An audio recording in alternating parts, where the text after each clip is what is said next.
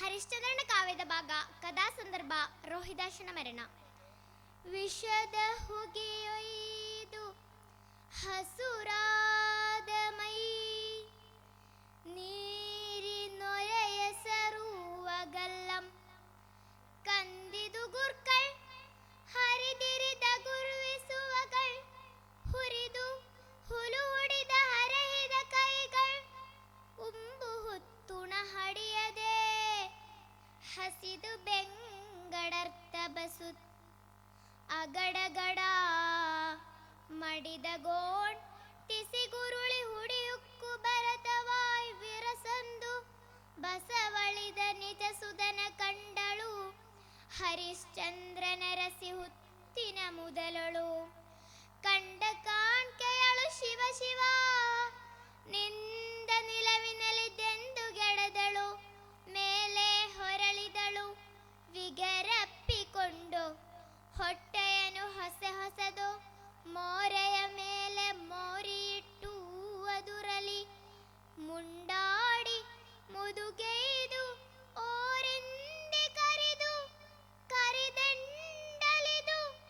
ಲಲ್ಲೆಗೆರದತ್ತತ್ತು ಬಲವಳಿದು ವಿಂಡಾಗಿ ಜೀವವಿಕ್ಕೆಂಬಾಸೆಯಂ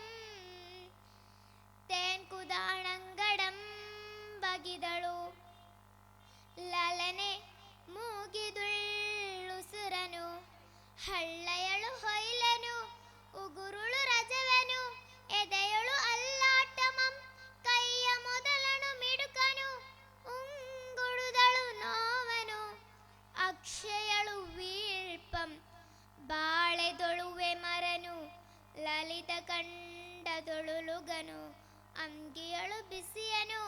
ಅಂಗೊಳುಗಳಳು ಜಿಡುಕನು ಉಂಗುಡುದಳು ಅರುಣಾಂಬುವಂ ಸಲೆ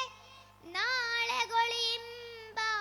ರೂಮದಳಿ ಬಲ್ಪನಾರೈದು ಕಾಣದೆ ನೊಂದಳು ಹಡಿದೊಡಲು ಹುಡಿಯಾಯ್ ತುಮಗನೇ ಮಗನೆಂಡೆಂದು ಕಡಗಿ ಹೆಚ್ಚುವ ಮನಂ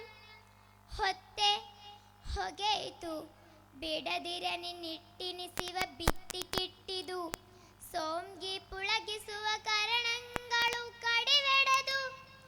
ಒಸೆದು ಹೆಸರುಗಳು ತಿಪ್ಪ ನಾಲಗೆಯ ಕುಡಿ ಮುರುಡಿದು ಉಮ್ಮೊಮ್ಮೆ ನುಡಿಯ ನಾಳಿ ಪಗಿವಿ ಅಡಿಯತ್ತುದು ಇಲೆ ಕಂದ ಇಂದಿನುತ್ತ ಇಂದು ಮುಗಿ ಮರುಗಿ ವಾಯ್ ವಿಟ್ಟಳಂದು.